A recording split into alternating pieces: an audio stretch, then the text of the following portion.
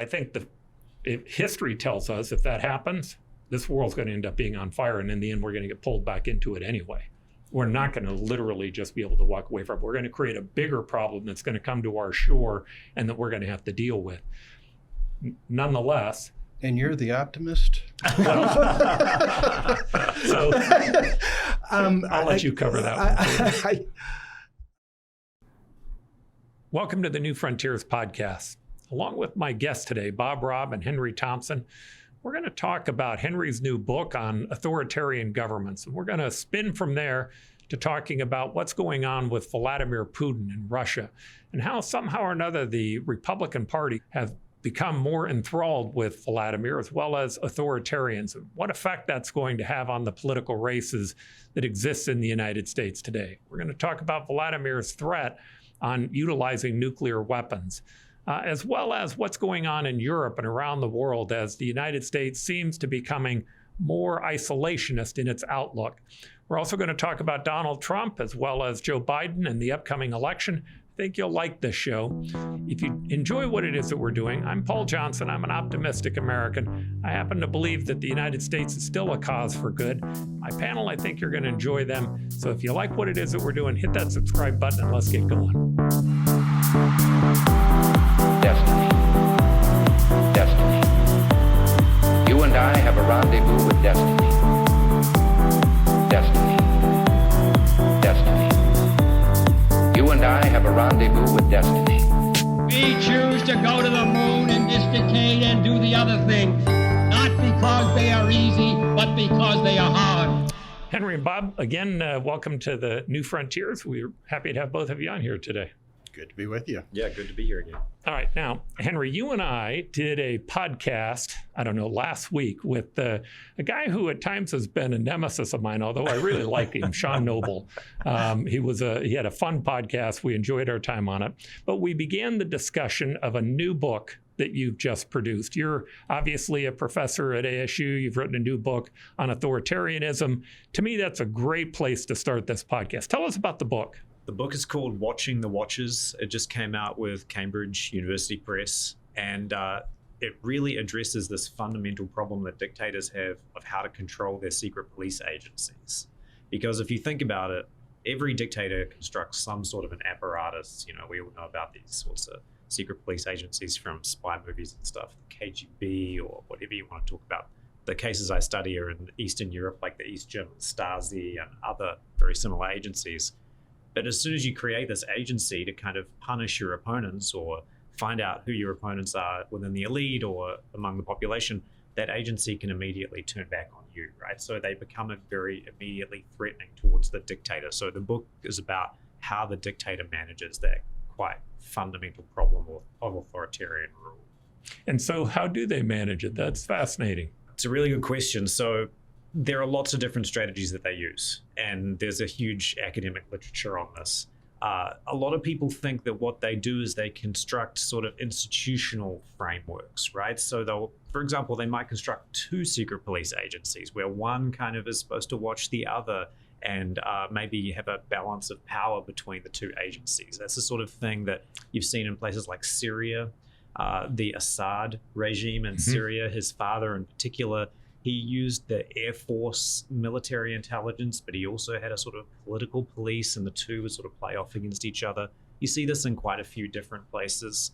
Some people think that you basically just buy the secret police off. You give them tons of money, tons of resources, and that's going to make them so fat and happy they'll never challenge the dictator. And that's what people think that Saddam Hussein did in Iraq. But I don't actually find that in my research at all. And the cases that I study is in Eastern Europe during the Cold War. So these are communist dictatorships. They all have basically the same setup in terms of their secret police. They have one secret police agency, kind of like the KGB in the Soviet Union, because their secret police agencies were constructed partially by the Soviets, using the KGB as a model. But they had very, very different strategies for controlling them. Some of them allowed these agencies to get huge, like in East Germany, the Stasi. You might have seen this movie, The Lives of Others, or The Secret Lives of Others. You know what I'm talking about? They used to spy on everyone. They read everybody's mail. They had microphone bugs planted in people's apartments and cars. They sort of knew everything that was going on in the country. But then next door in Poland, the secret police were really, really very, very small, and they couldn't really repress the opposition, which is one of the major reasons why you had huge protests against the communist regime in Poland at the end of the 70s and into the 80s, and eventually that dictatorship collapsed. So what I find is that it's not so much about the institutional setup of the secret police and creating payoff and reward structures or balance of power among the secret police. It's more about whether the elites themselves can sort of agree to control the secret police and what the secret police should be doing. So if everyone is on the same page, if the Minister of Defense, if the Minister of Interior, if the Minister of Foreign Affairs, if the Minister of Finance, and the dictator himself, if they all agree the secret police are for the specific purpose of dealing with this sort of opposition in this sort of way, then they can all kind of make sure that that's what the secret police do. And although the secret police are pretty scary, they have surveillance, they have their own prisons and things, all of the elites together can contain them.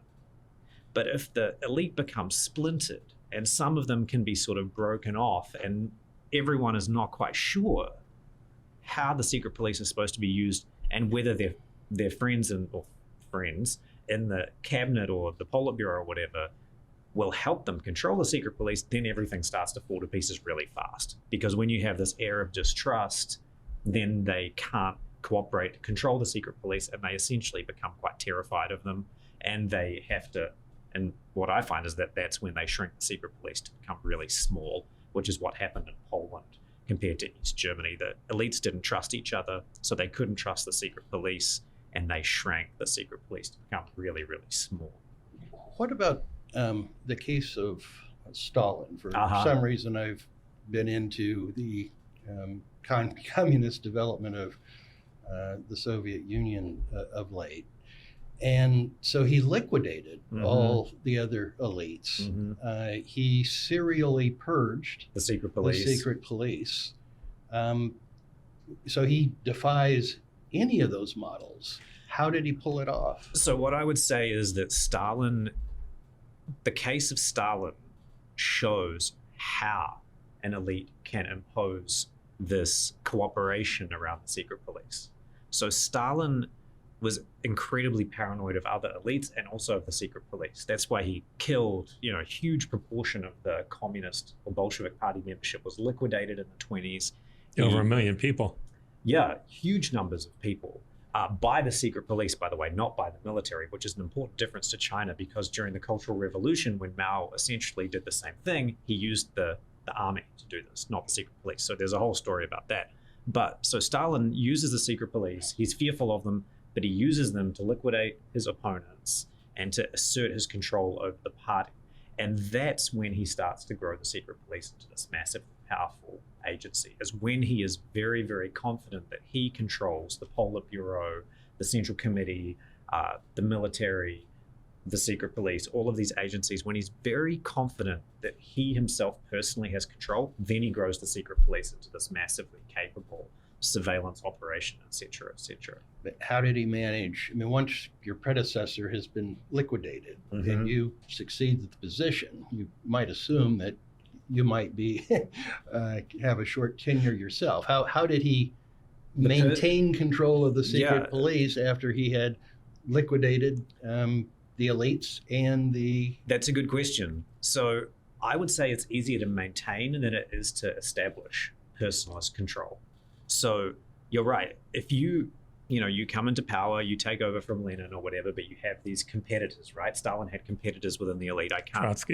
Trotsky, I think, was eliminated fairly early, but then there were others. I'm not such an expert. You might be able to remember some of their names, Bulganin and people like this. I'm not sure.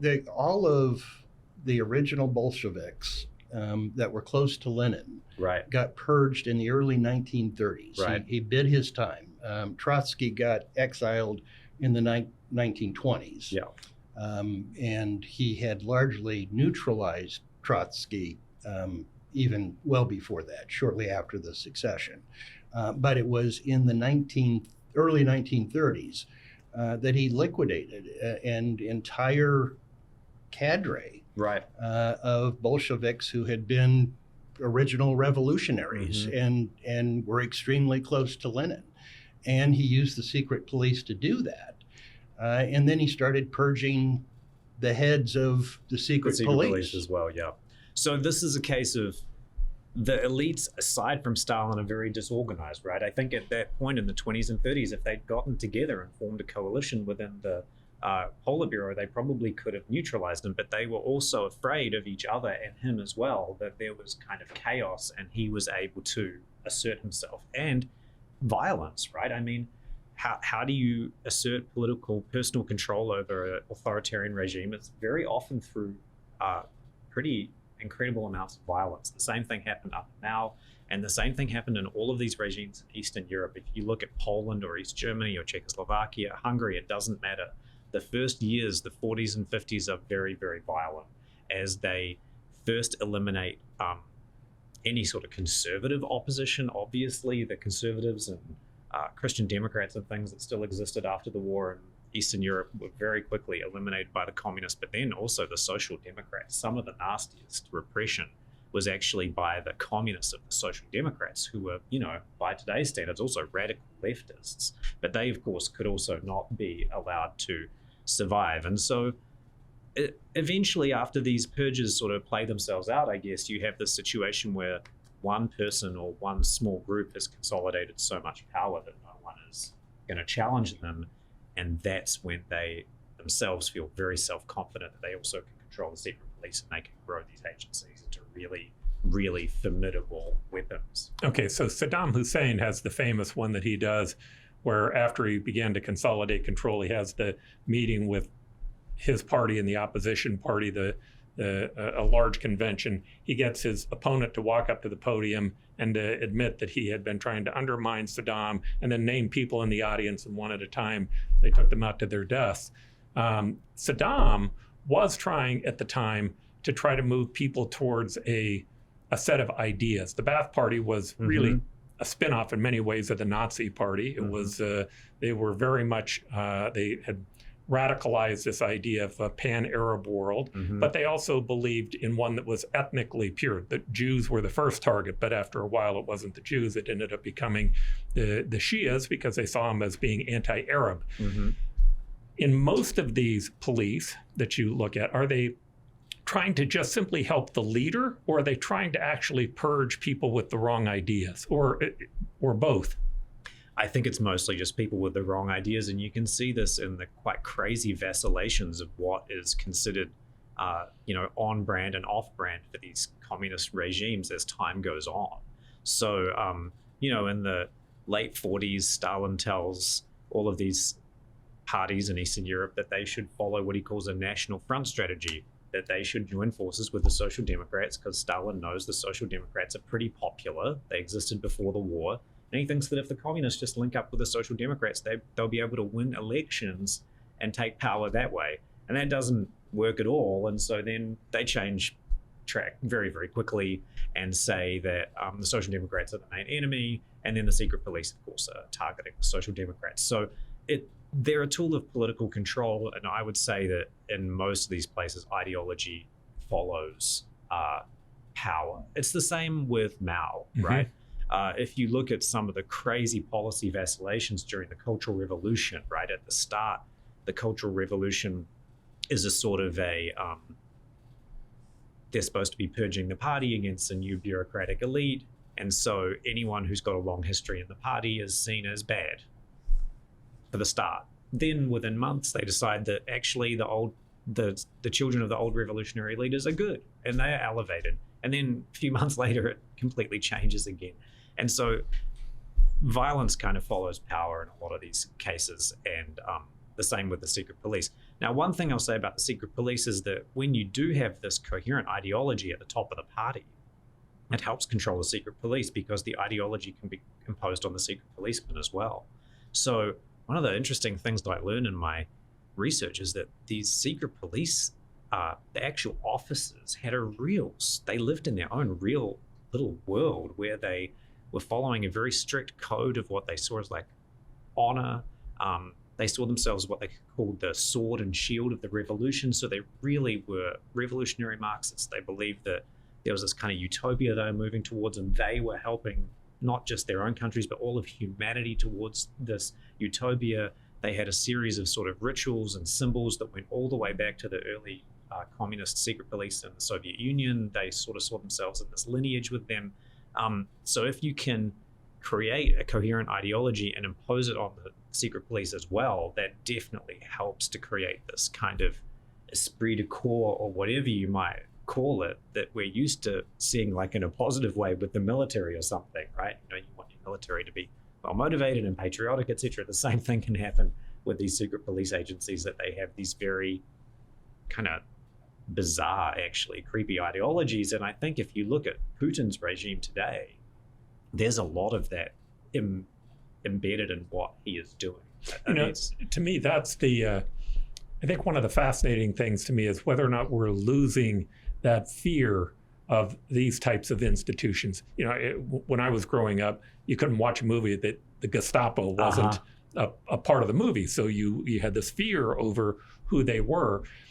You can see, we can look at China and we can see that there was an evolution. We had Mao, and then you had Deng, who came in later, and he began to liberalize their economy. For whatever reason, there's arguments saying he had no choice but to do it. But regardless, the liberalization meant that free enterprise started to kind of take hold. You can also see that Xi is tightening that back up now. He's trying to pull all of that back into a center of control.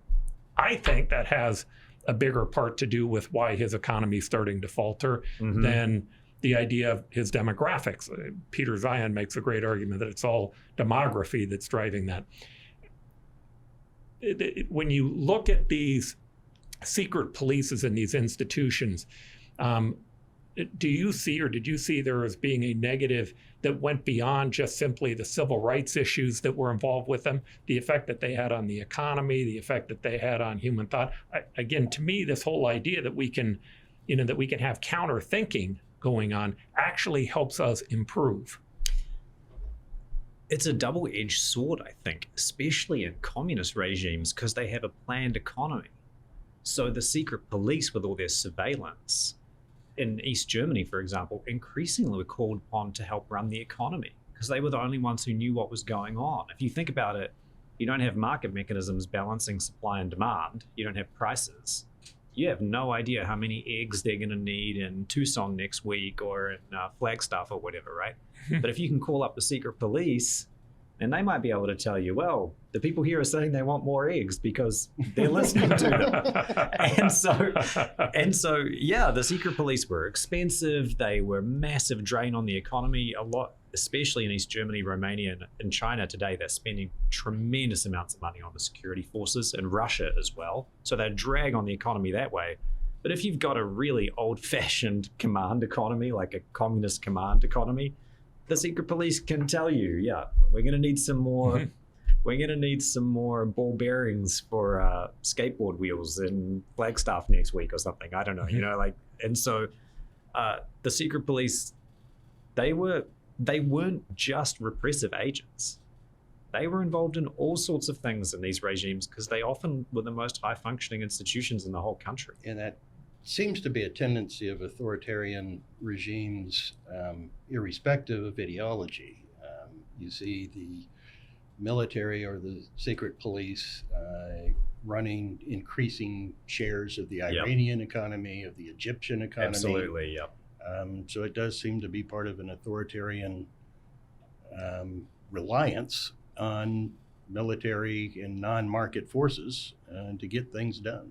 It seems to me, though, that the evidence is clear. Bob, I know you've written a lot about this.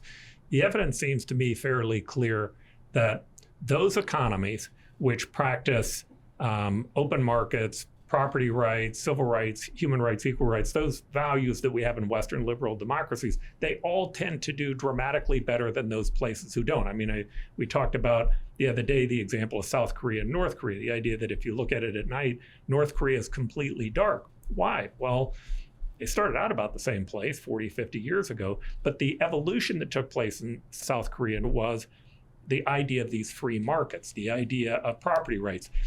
It seems to me that the the only way that really works is if you have this idea of freedom of speech, where I can say something stupid and then you can say something that's less stupid and he can make a decision over which one's right, right?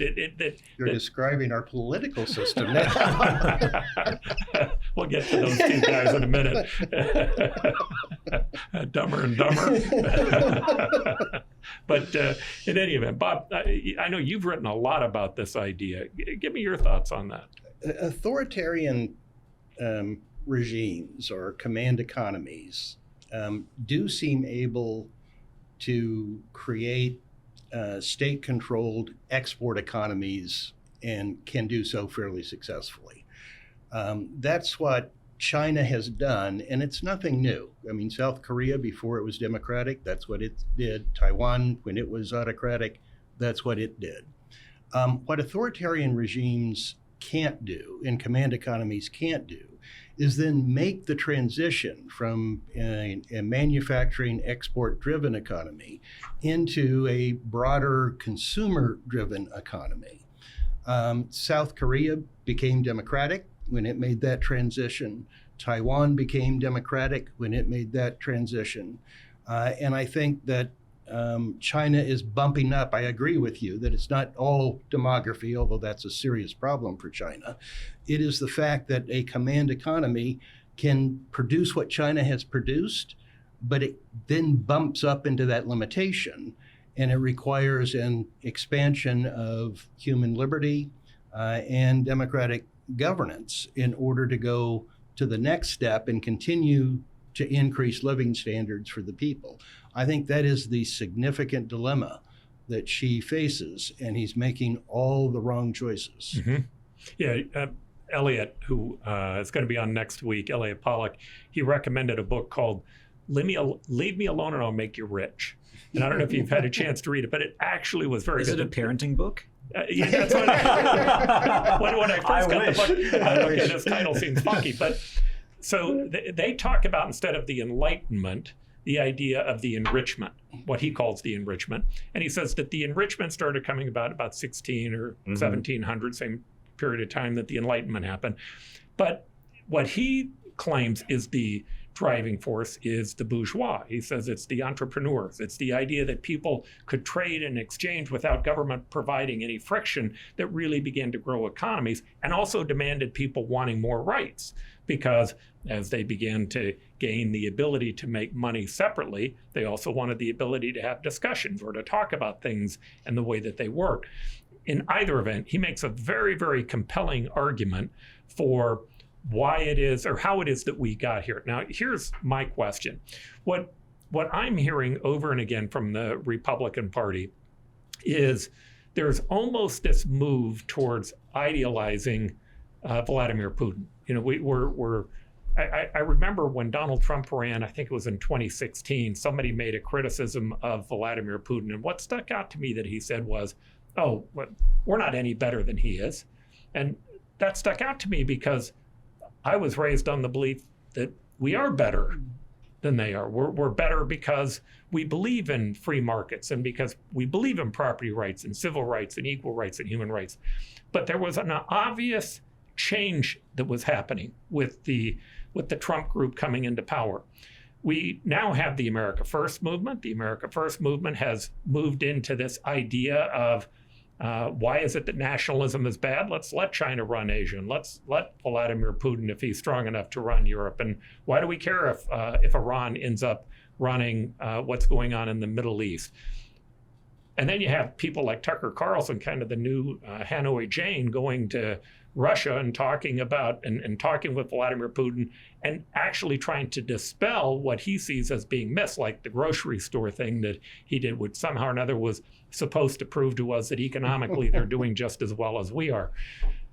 Nonetheless, it seems to me like there is a movement going on in this country that's saying Vladimir Putin actually is a better guy than us. And I think that's in some cases being driven because of his religious beliefs. I think in some cases it's because there's a move towards authoritarianism. I think also sometimes it's because the leader is starting to espouse his values. Thoughts on that? There are a lot of strands leading to the triumph of populist nationalism in the Republican Party. There is a intellectual elite that does see value in what might be described as mild authoritarianism that you see expressed in the admiration for the government of Hungary and now increasingly the government of El Salvador.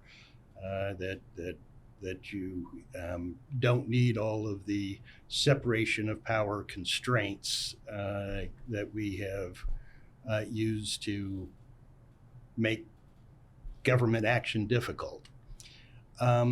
You also have a neo-isolationist sentiment that was always part of the Republican Party coalition, but has become a much larger part. I still think what primarily drives the triumph of MAGA republicanism in the Republican Party isn't those things, those policies, those concepts, those views of the way government ought to operate. It continues to be cultural resentment over the woke progressivism that has taken over the Democratic Party and all of our the major media, increasingly corporations. So I think it's that cultural reaction that's the primary driver of what's happening in the Republican Party. But there is certainly the elements, and these elements are growing, of a governing philosophy that rejects traditional conservative Reaganism. And they're having a real effect on public policy. I mean, the idea that you have a Republican caucus, that you can't put anything on the floor unless you have the ability not to get it passed, not even to get it passed by the majority of the caucus, that only Republican votes can carry through. Now, that's not criticism of them. Democrats do the same thing when they're in power.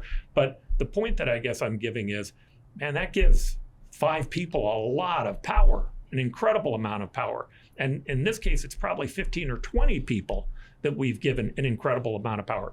And it does seem that those 15 or 20 actually would like to see Ukraine lose, actually would like to see Vladimir Putin being able to do better.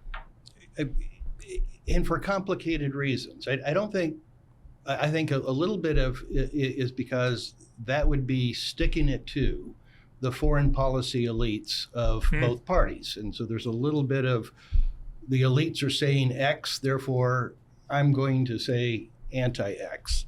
But I do think that what's happening in the Republican Party in the House is different. And it is different than what the Democrats have done when they've been in control. And it's different than what the Republicans have previously done when they were in control. There used to be what's known as the hazard rule, which holds that you should only bring to the floor something that a majority of your own caucus supports. These Freedom Caucus Republicans have changed that and saying, no, that's not sufficient. The new rule that they want to impose is that there has to be enough Republican votes to pass it, irrespective of whether any Democrats support. Well, that is new, and that does empower. It's now down to just 3 people who, according to this philosophy, can thwart government action. And it has led to a paralysis that really is dangerous for the country. But wouldn't you imagine that the reason that they have power is because those 3 can then turn to Donald Trump and the Trump factions and primary people in the Republican primary who are willing to go beyond that and say, no, if we have a majority of us, we're going to let this go to the floor. And even though it might pass with a minority amount of Democrats, we'd still like to see it pass. I mean, the question is, why are they letting those 3 people control them? What's going on? Well, it's in part because the organization of Congress is excessively along partisan lines. So when the previous speaker, Kevin McCarthy, was in trouble and he had shown a willingness to work with the Democrats. When it came time to vote for a leader, no Democrat could vote for him, because you don't do that. You don't vote for the other guy, irrespective of how much chaos that creates, irrespective of whether the next guy is going to be worse. So you have, because of an excessive partisan organization and influence within the internal dynamics, these people are disproportionately empowered. In addition to that, you're absolutely correct. This is Donald Trump's party. And while his control isn't absolute, it is massively larger than anybody else's. And the fear of being primaried is real and consequential. But you still have, Andy Biggs, a Republican congressman from Arizona, flat said that you got to be willing to shut down government in order to have leverage over the Democrats. And Donald Trump has said that only a perfect continuing resolution should be passed, which wasn't what passed. So you had a majority of Republicans defy those sentiments and vote in favor of a continuing resolution so that you could buy more time to do a job that should have been done a year ago in terms of crafting a budget. But you also had more votes come from the Democrats, and an overwhelming majority of Democrats. And while what was done passed the Hassert rule, it is considered traitorous among MAGA Republicans. Nevertheless, I don't, it's a bleak picture, but the government didn't shut down. I think something like 122 Republicans voted not to shut it down. More Republicans voted not to shut it down than voted to shut it down. So it is bleak, it is dire, but it's not completely lost. What about, I was just going to ask, Bob, these really thin margins in the House are in part a reflection of this odd midterm election that everyone thought was going to result in a lot more Republican gains than it did. And so what I'm wondering is whether there's any chances for a more decisive result in 2024, because one of the good things about the majoritarian system that we have in America is it tends to, doesn't always produce decisive results. So you're not supposed to get these sorts of problems with 5 people in the House having so much power. So are we going to see a more decisive result this year that's going to... I'm not one who follows all of these congressional races extremely closely. Reading those who do, it appears that there's a strong possibility that the Democrats will take back over the House, but by a narrow margin, whether it's as narrow a margin as the Republicans currently have, or slightly larger to give them a little bit more political elbow room. I think no one could anticipate. But on the other hand, most of the prognosticators are anticipating the Republicans taking back over the Senate by some narrow margin.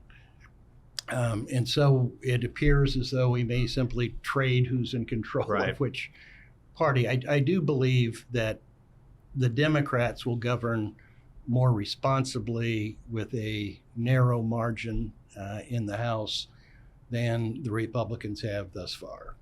Yeah, and the Democrats have their set of challenges also. We're seeing that definitely with what's going on in the Middle East. That, though, probably plays out more in the presidential politics than it does in congressional politics, just kind of making my guess. So Mitch McConnell has retired, and you're looking at that. Do you think that's forced, or do you think that was time? And what effect is that going to have on the Republican Party moving forward in Congress? I think it was both forced and a sense by McConnell with his health and his age and what is happening within the Republican Party that it was time.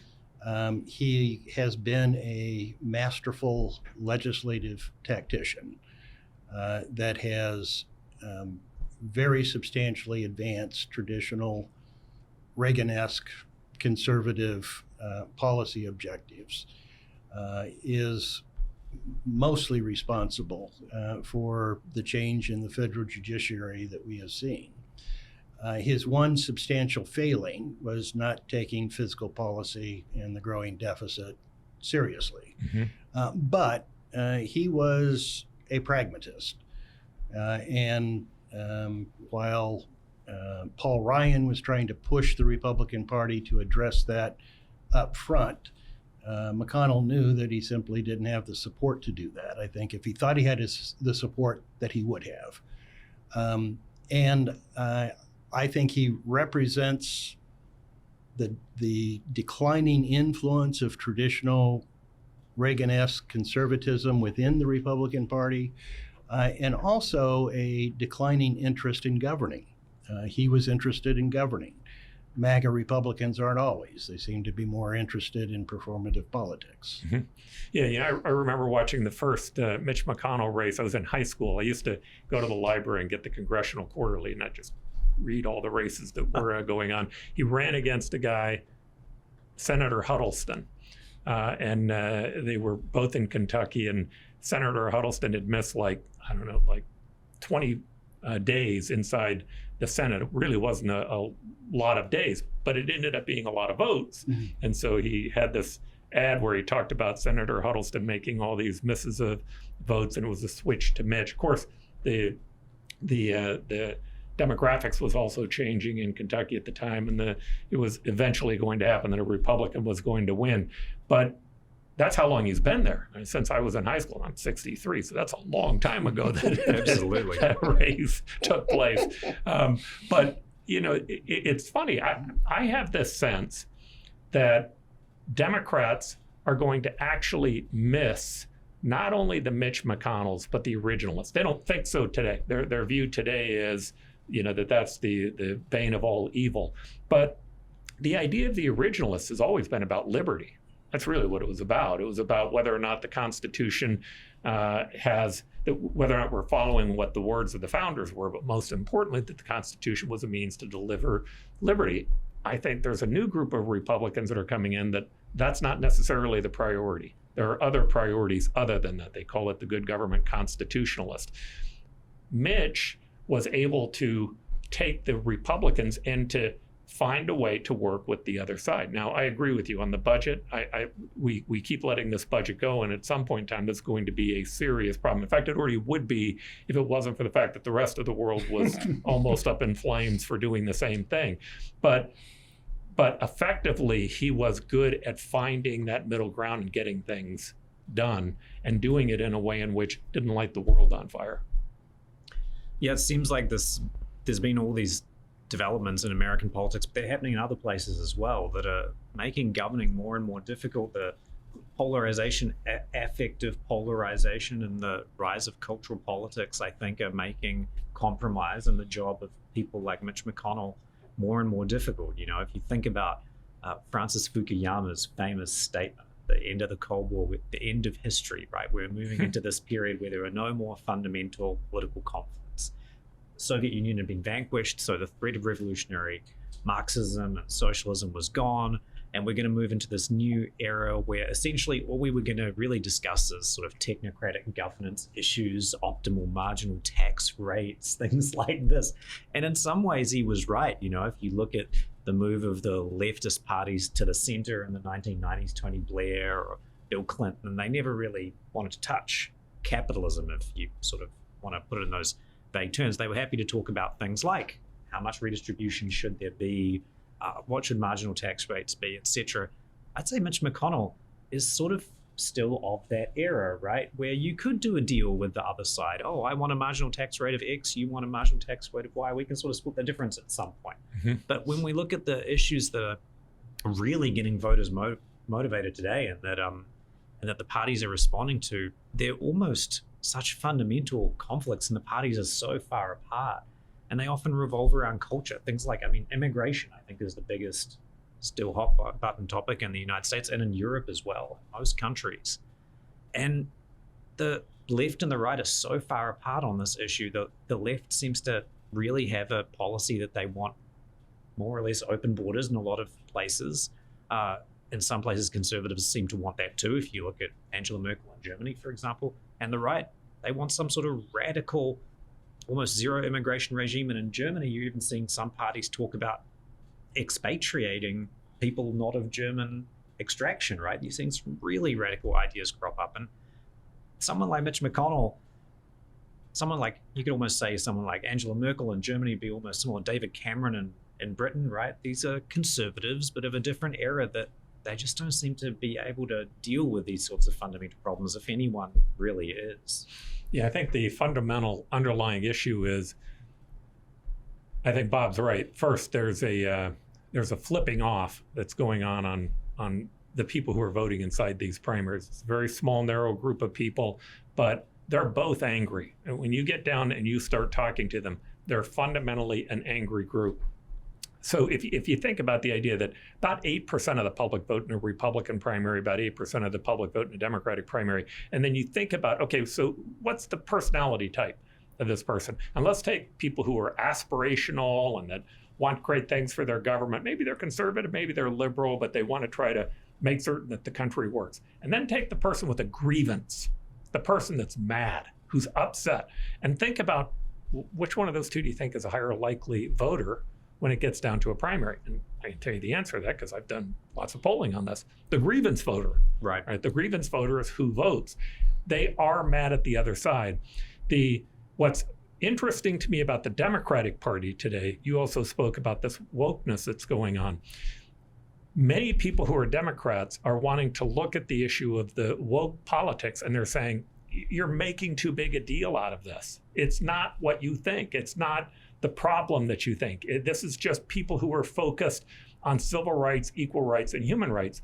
But if you fundamentally dig in on this issue and you look at the people who came up with the idea, the sponsors of it, it looks nothing like the civil rights movement. It's the exact opposite of the civil rights movement. Fukuyama, I've read him. He was definitely wrong on some things, but he had that identity politics thing spot on. He was dead right on that. All the way back in the era of Ronald Reagan, he was saying, we're moving to the stage where we're all beginning to identify with our race.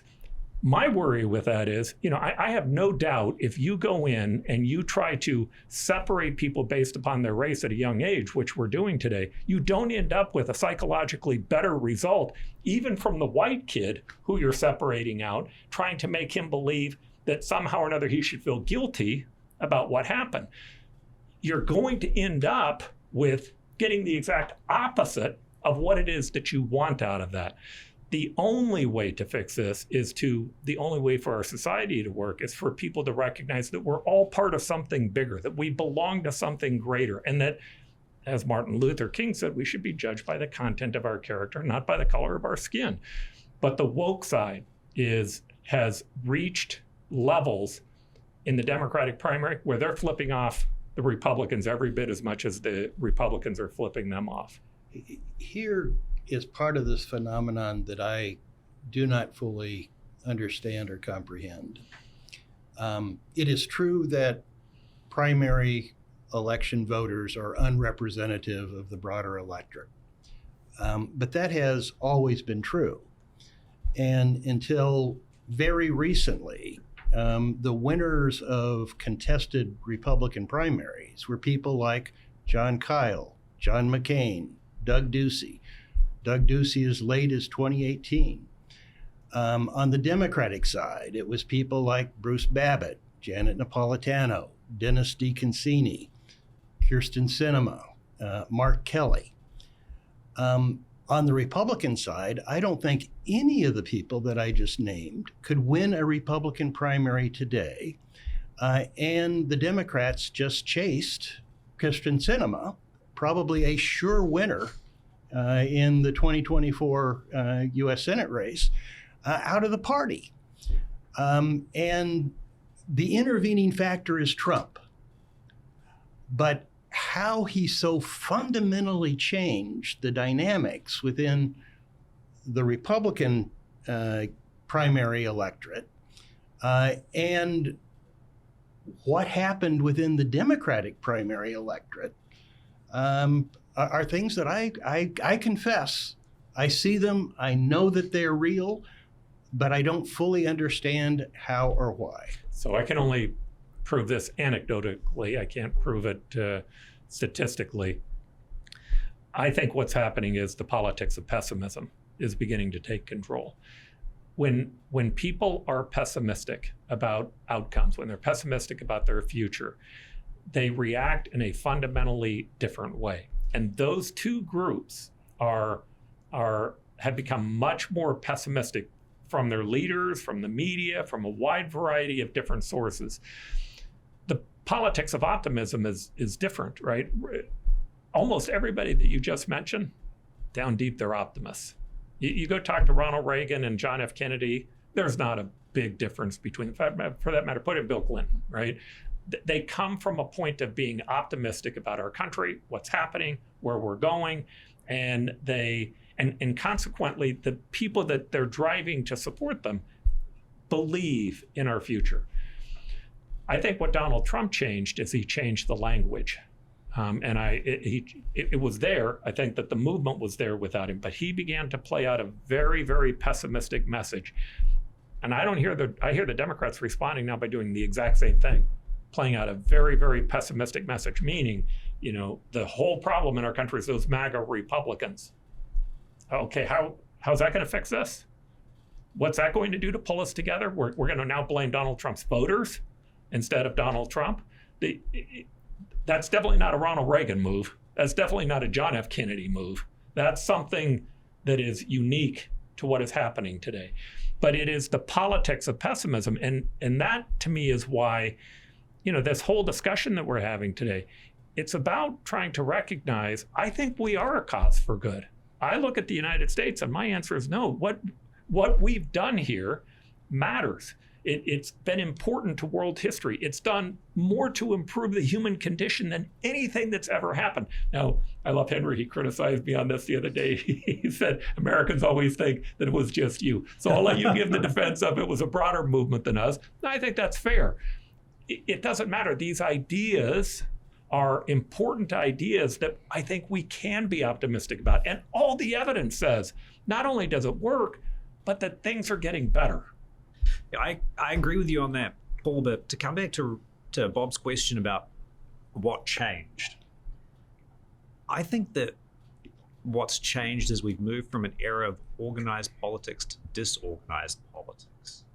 Because what happened, from my view, in the Republican Party is you had the existing elites being sort of shaken up or destabilized massively through the Tea Party movement, right? You had the local precinct committees and local state parties already starting to lose control. There was no centralized control of these organizations or groups of voters starting already after the financial crisis. And then Trump sort of exploiting that opportunity that the existing elites had lost control of the primary process, and he could come in as, in a very splintered field that couldn't consolidate even around Jeb Bush in 2016 and become this candidate who I don't even know, he came in like third in Iowa or something, right? He wasn't really as dominant at that time, but because the party was so disorganized, he was able to exploit that opportunity. And I would say that also to a large extent explains his continued power and the really fractured and uncertain nature of what we're seeing, especially in the Republican primary voter base, because there is no centralizing power. Now, I think similar things are happening on the Democratic side. You pointed to some of the more radical politics coming out at the local level and in the primary voter base as well. I'm sure that's true. But the Democrats still have, I think, more centralized control through things like local teachers' unions that can really rally a lot of voters at the local level, to the extent that private sector trade unions still exist, right? They still tend to rally behind the Democrats. And I also think that at this point, the Democrats have a more centralized funding structure for getting lots of small donations to single candidates, single missions, and also big donations as well. So I think a lot of what's happening is there are big socioeconomic changes behind that splintering of centralized control. But I think a lot of what's happened is just that this is a populist movement and the elites have lost control. Whereas maybe for a long time, the structures were such on the right that donors, Chamber of Commerce, the rest could kind of keep things under control. But after 2008, 2010, that really fell apart. Is that something you have witnessed as well, or you think it's not quite right?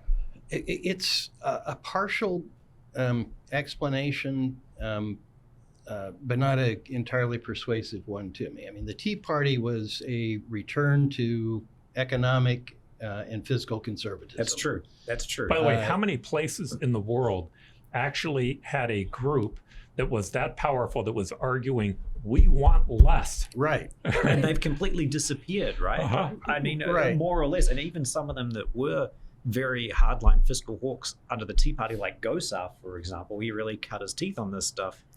He's now fully with the MAGA right and has moved more to cultural issues, is my impression of him. Yeah. So I see the Tea Party as a shooting star, that it was a reaction to excessive bailouts and excessive government spending.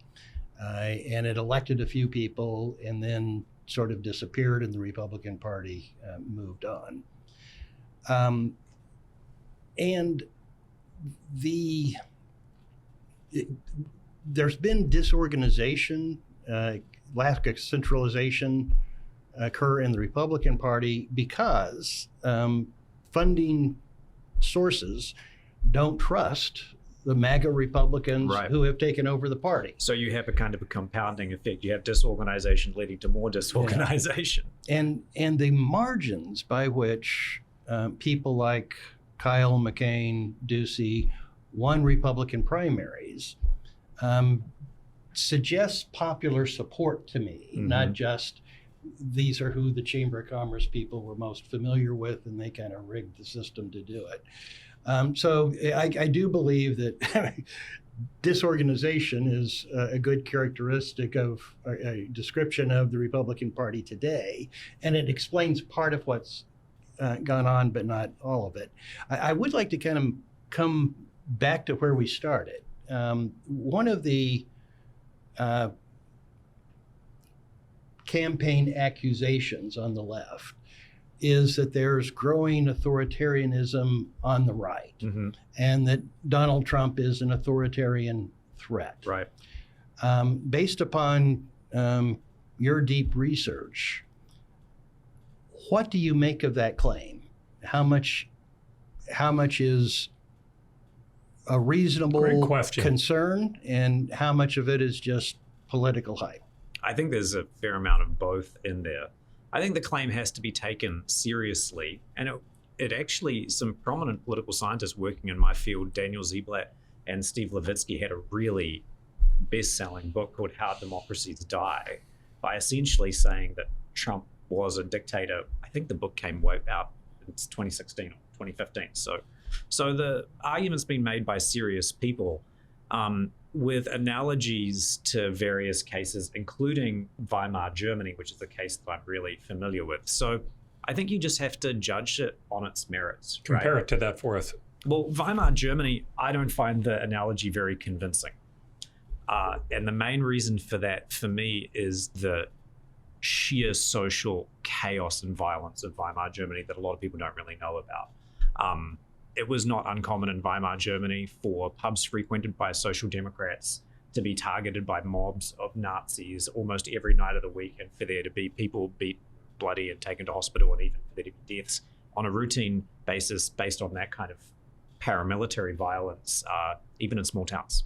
So there was an extreme desire to try to gain control back of the system. There was just extreme social disorder, poverty, violence in Weimar Germany on a scale that just does not exist in contemporary America. So I think that there were a lot of machinations at the elite level, and that's the things that are highlighted by some political scientists who use the analogy of Trump to Hitler implicitly to say that, the collusion of authoritarian or not very convinced democratic elites in Germany, like Hindenburg and these kind of guys, they kind of let Hitler into power and then he became a dictator. There was so much more going on at the mass level that never really happened in America. Even in 2020, we didn't see anything on that scale. So I don't find that analogy to Weimar Germany that convincing, to be frank.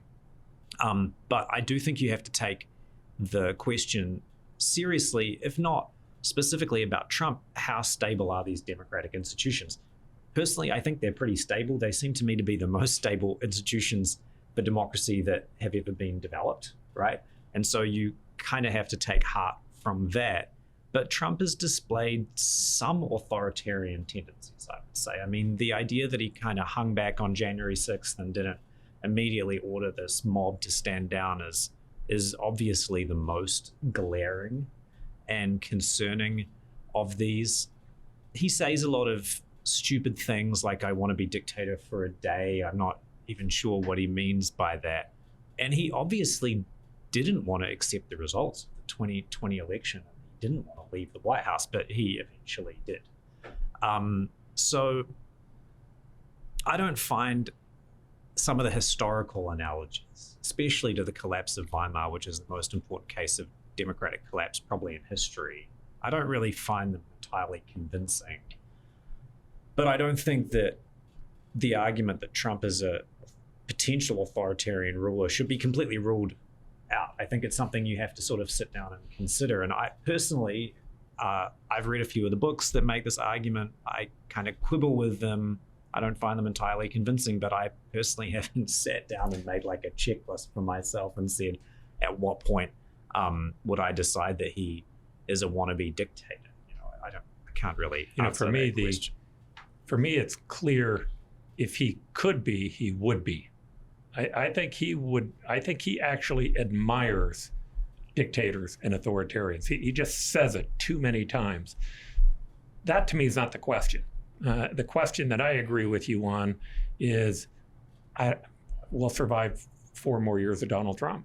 I just believe that. I believe that too. I look at it and say, my worry is, candidly, it's the Republicans. The John McCains and the Mitch McConnells aren't going to be there to stand up against him. But there are other people, hopefully, that will survive and that will, at some point, he'll falter and he'll have a negative period of time. And then that other group will start to speak up. That's generally what happens in Democratic politics anyway.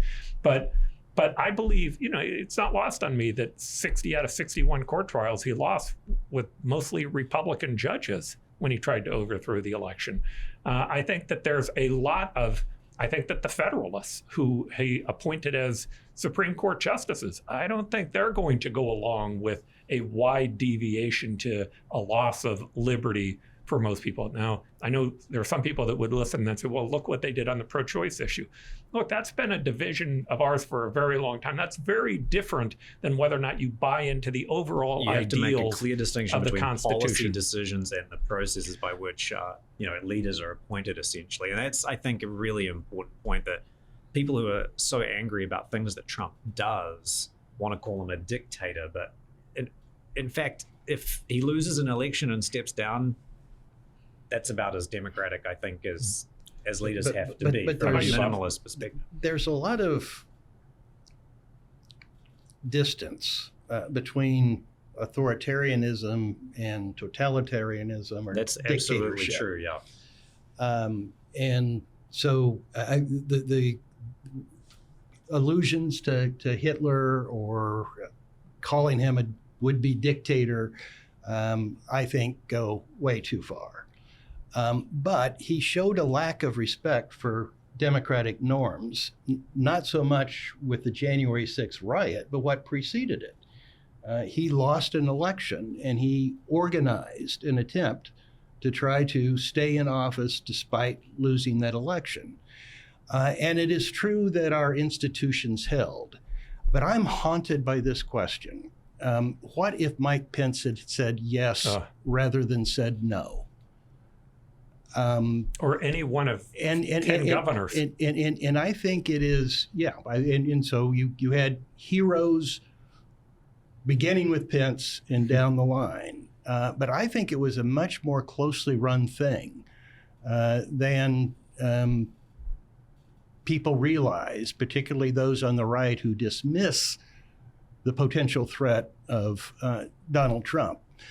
I think it is entirely possible that if Trump is president and he receives an adverse Supreme Court ruling on something like immigration, that he will choose to ignore it. What happens? It wouldn't be the first time it happened in our country. Well, you have Andrew Jackson's famous statement. He made his ruling, let him enforce it. So I believe that people are that people on the left are blowing the argument as usual by overstating it.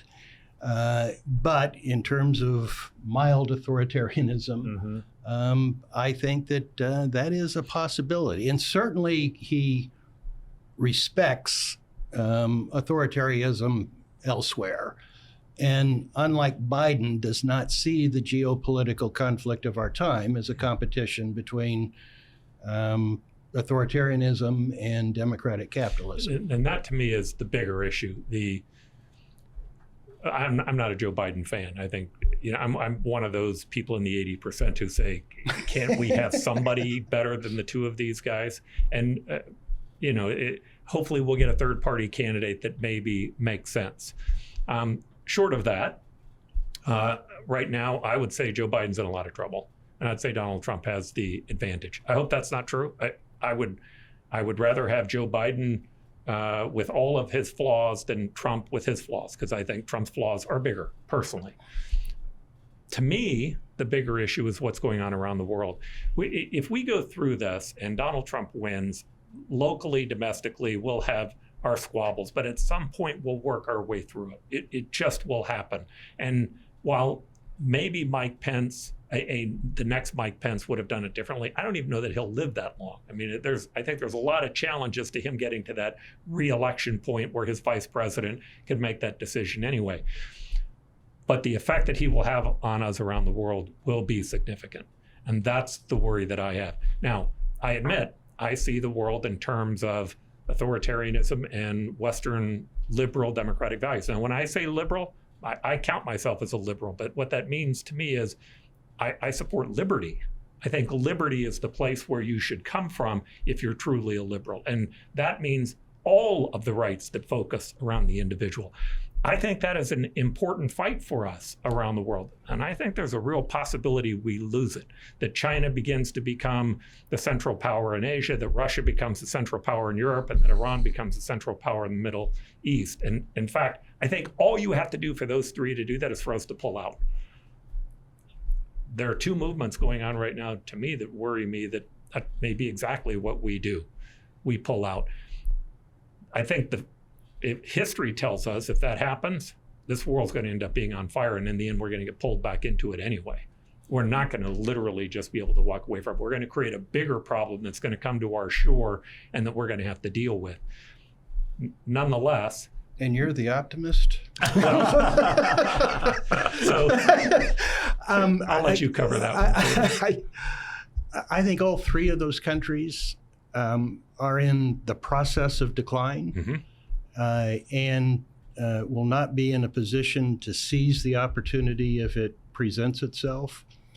And I do believe that to find the silver lining in the dark Trump cloud, if it causes other countries, other democratic capitalist countries, to say, hey, we can't depend upon the United States, at least as much as we used to, and perhaps at all.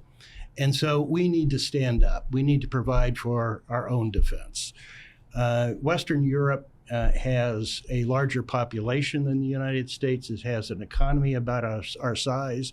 It has an economy and a population that dwarfs that of Russia. It's completely capable of containing the Russian threat. If you look at the democratic countries surrounding China, if you combine the resources of Japan and South Korea and Australia, they don't overwhelm China the way that Western Europe overwhelms Russia, but they can provide sufficient deterrent. Iran is surrounded by much wealthier Sunni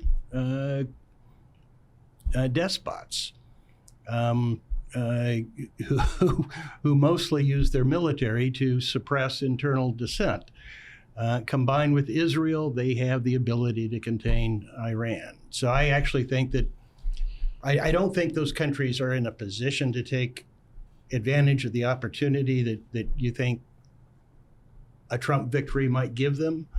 And I think if it stimulates more independent military and diplomatic capability by other democratic capitalist countries, it may, as I say, that's my silver lining behind the very dark Trump cloud. So I agree with you. I agree with you that long term, these countries are in trouble. But I think short term, this is just about the balance of power. In the United States, World War I and World War II, really what we did is we tipped the balance, right? There were balances between those differing forces. And when we stepped in, we tipped it in the direction that I think we should have tipped it in. But if you look at what is happening in China, China's goal is, if you make the rest of the world think that they're going to be the hegemon, even though most of the things I agree with you on economically says 10 years from now, they're in huge trouble. They're in huge economic trouble.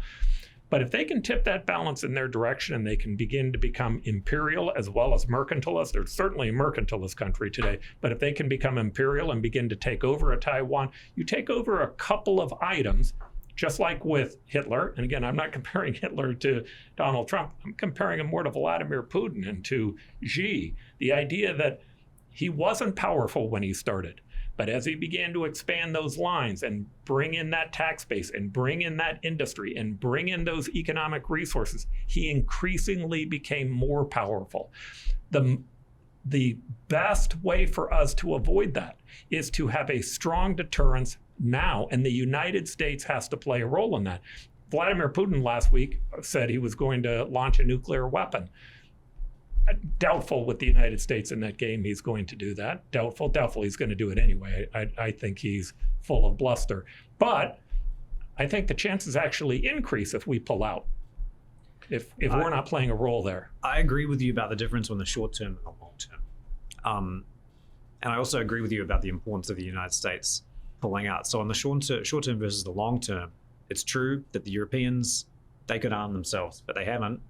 And if you even scratch the surface on military procurement in Germany, second or third biggest economy in the world, it's an utter joke.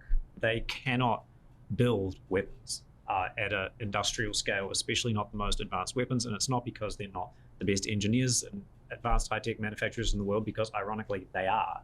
They just have not shown any track record of doing it. They've also wound down their military by a huge scale since the end of the Cold War. So there's no domestic, or very little domestic will in many of the core European states, especially Germany, to rearm. And it doesn't seem like there's really the ability. And the same I'd say for the Western Pacific. I mean, Australia's got a population of like 25 million. It's a relatively wealthy country, but its military is small. And Japan has got this long-standing policy of almost pacifism. So it's going to take them a long time to rearm. And in the meantime, countries like Russia and China can do a lot of mischief. And I think in particular at the moment, 2024 is a really, really dangerous year for Ukraine. I don't really see a clear theory for victory for Ukraine. I don't even, to be honest, the pessimist in me doesn't even really see a theory for a stalemate. The Russians are starting very slowly, but starting to take small towns, critical towns in eastern Ukraine. That worries me, those developments. So I think that in the short run, they can cause a huge deal of mischief. And then the bigger question about the United States pulling out, I think it's clear that we're moving into a multipolar world or a bipolar world where the United States doesn't get to call the shots in the same way that it did before. And that matters because, yes, the Europeans could rearm, but it would be far, far better if they did it under American leadership like they did during the Cold War than if they did it haphazardly on their own unilateral basis. Because we even saw last week Macron gave some interview where he said off the cuff he was going to send French combat troops to Ukraine because he said, and to be honest, it's true, that was the only way that Ukrainians could win the war.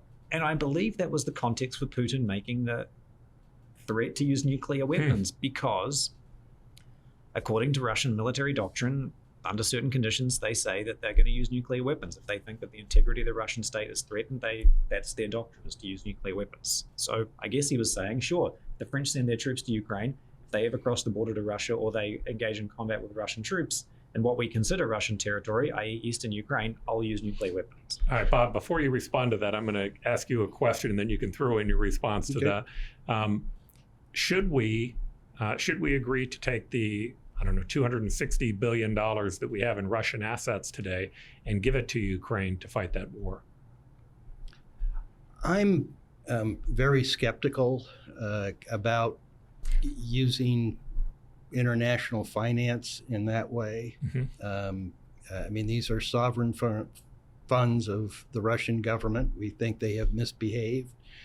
But asserting the authority to seize them and deploy them for some other purpose, particularly a purpose that undermines the sovereign entity that owns those funds, I think can have longstanding damage to international trade and international commerce. I think our weaponization of the dollar through sanctions has accelerated the desire by much of the rest of the world to have a different reserve currency than the dollar so that they can escape diplomatic pressure from the United States.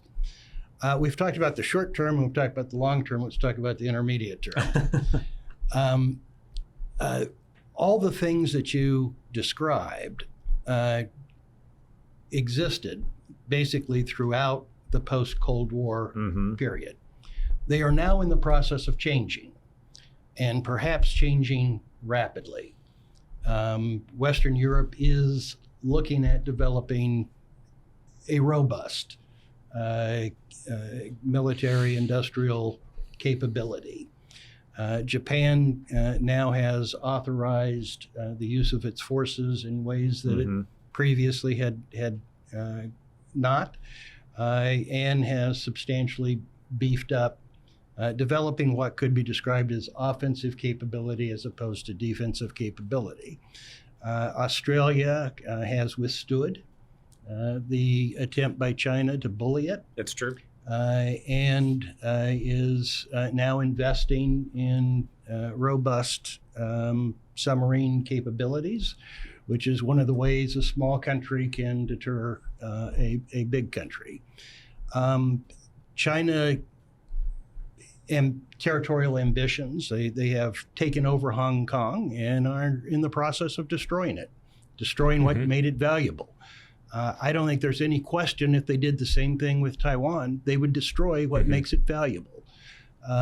So I'm not one who argues that the United States should retreat entirely. I'm a strong advocate of the United States giving Ukrainians the munitions that they need to defend themselves and at least prevent the creeping success of the Russians in seizing back the territory that they had lost. However, until there was doubt about the Americans' willingness to unilaterally assume all of these responsibilities, until there was doubt created by that, we never had the movement that we're now seeing. Of course. It would be nice if it was done in an orderly fashion, where you had an American president who said, look at folks, we got to change. So NATO needs to become much more European, much less American. Japan, South Korea, we did do this, and the Biden administration did do this. You need to put behind you your historical animosities, and you need to develop some military cooperation and capabilities. It would be nice if that was done orderly. It's done with Trump, disorderly and without design. But I do believe that the movements that are taking place are beneficial for the United States and wouldn't be occurring unless there was reason to doubt the U.S. willingness to assume a disproportionate burden. Mm-hmm. Henry? We also talked about the world's currency in our last meeting. So We did. Might hit that point. Yeah, it's true that this is a response to America basically calling the free riders bluff, right? And that can be useful in some ways. I think that we shouldn't underestimate the potential for unpredicted or unforeseen consequences of these decisions. We can slip very easily into talking about European defense capabilities, for example, but they don't exist. There are Norwegian and German and French and British and Italian defense capabilities. There are no European defense capabilities. And we all know very, very well what happens when those big, rich, industrial economies go at it militarily, right? So I'm not sort of going to say that there's any danger of military conflict in Western Europe, but I do think that there's potential for massive disagreements between, for example, Germany and Poland about what should happen in Eastern Europe and how much opposition there should be to Russia, and that for various reasons there's maybe disunity that leads to less of a coherent response if the Americans aren't coordinating everything with massive pressure and, as you say, a very coordinated approach. So I do worry about that, and I agree that the danger is there, and I think this isn't just a danger, this is already happening, that the trade and financial system led by the United States is coming apart. I read some interesting reporting recently that showed that China already has bilateral free trade agreements with 40% of its trading partners. So 40% of its trade doesn't run through the American-led global trade system, through the WTO. It runs through bilateral agreements, and they're expanding that all the time. And so at some point, the Chinese aren't going to need to lean on the WTO and get the agreement of the Americans to negotiate trade issues and things that arise. They're going to have their own bilateral deals with countries. And then you see, as you said, things like the weaponization of the dollar leading to countries like Russia, China, and probably even many African and other countries becoming increasingly skeptical of the international financial system led by the United States. So we're moving into this world where the US is no longer the central military and economic hub of global politics. And there should be a plan. As you said, it shouldn't just happen haphazardly. And whether a plan can actually be implemented and followed, given, to come back to our discussion about dysfunction in American domestic politics, I'm not particularly optimistic. I think we're moving into really, really choppy waters. Yeah, it does seem to me that it makes sense for the United States to continue to play a role. The role that I think that we've played has been an important one in how the world has lined up. I also agree, the whole idea of the containment strategy was, if we contain them long enough, they're going to destroy themselves. Right. And I think that's true with Russia and China and Iran today. If we contain them long enough, they're going to destroy themselves. I also think that a lot of the power that we have today is perceived power. All right. The perceived power, by the way, is always important in the process. That's not a new thing. But the United States perceived power today is strong enough to be able to get our allies to be able to coalesce in a direction. I think once we give that role up, getting it back becomes impossible. It becomes much more difficult. And I think that does begin to have an effect on whether or not the rest of the world decides to stick with the United States as the world's reserve currency, or whether or not that they continue to allow us to have the right of being able to move our goods and to buy goods as we need them. I think there's a important role that we play. But I also think that what you said is true, which is the Europeans need to do more. Asia needs to do more. The United States can't fight this one by itself. It needs the other parts of the world to step up as well. And if they do that through an orderly transition, there's no doubt in my mind we're going to come out the victors on this. I become much less convinced that we're going to come out the victor on this long term in terms of our quality of life, in terms of the values that we care about, if we just walk away. I totally agree. I think that even isolationist MAGA Republicans, if they were confronted with the real declines in American living standards that would result from things like the loss of the dollar as the reserve currency, the loss of a secure international trade system that guaranteed, cheap consumer flows of abundant consumer goods, I think that even they, if they were sort of confronted with the real reality of that, would be pretty disappointed. But maybe it's something that you just have to experience before you realize how bad it can be.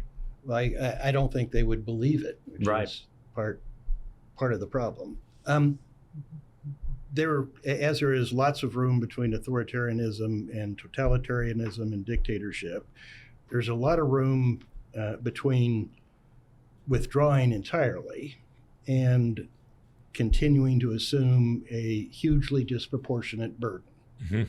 The discussion in Europe has turned from creating a European independent capacity militarily, which Macron was pushing for a long time, to changing the relative roles within NATO to make it less American and more European, and making that, which would include and continue to include U.S. involvement and logistic and intelligence support, but make that the coordinating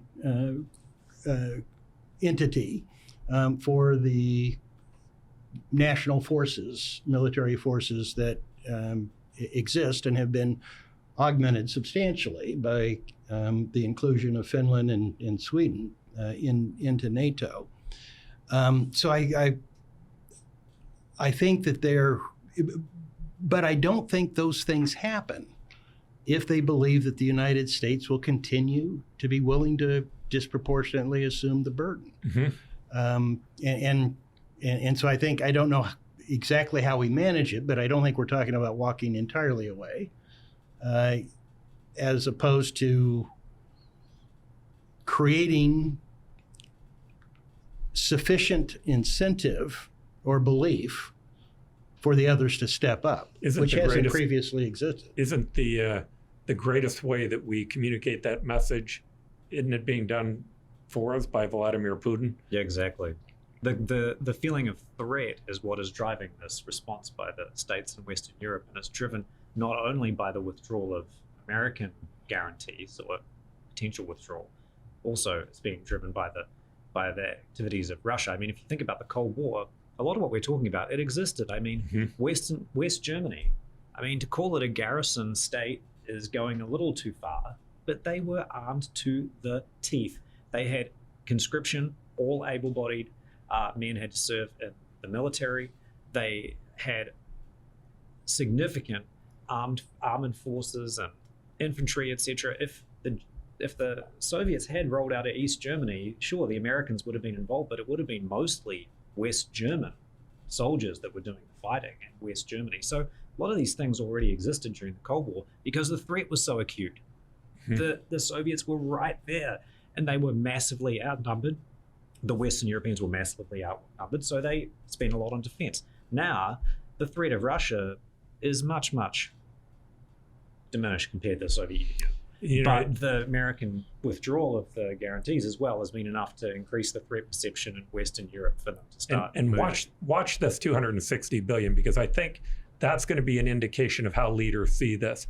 If leaders want Russia to come back into the fold at some point, they're not going to take that money and spend it, because that's going to be part of the leverage in being able to do it.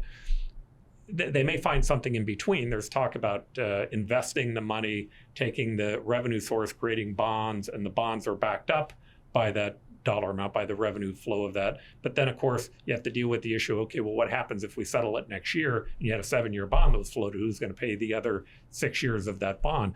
But the point that I'm getting to is, if Europe believes that we're not going to come to any type of resolution with Vladimir Putin, long-term or short-term, I think they're going to spend that money in a way in which that tries to benefit Ukraine. Now, I don't know if that's going to be in helping them rebuild or if that's going to be in helping them with armament. This is the critical question, right? Is the Europeans are already providing a lot of financial aid to Ukraine, but what they can't provide are weapons. the Americans are the ones that have to provide the weapons. And there are significant bottlenecks in the provision of the weapons. And so even if they have got the money, it's not clear that that can solve the Ukrainians' problems on the battlefield. Mm-hmm. Places like Avdiivka, small towns around in eastern Ukraine where the Russians are starting to make advances. 2024 could be the year when Ukraine starts to lose this war, and then everything gets really, I think, things change significantly if they start to really lose the war. All right, guys. Thanks. We Thank didn't you. exhaust it. We didn't even get to Asia. We didn't get to the other half of the questions, but thanks for being on here today. We appreciate you being with the New Frontiers. Thank you. Thanks. And we stand today on the edge of a new frontier, the frontier of unknown opportunities and perils. It holds out the promise of more sacrifice instead of more security. The new frontier is here. You and I have a rendezvous with destiny. We'll preserve for our children this, the last best hope of man on earth, or we'll sentence them to take the last step into 1,000 years of darkness.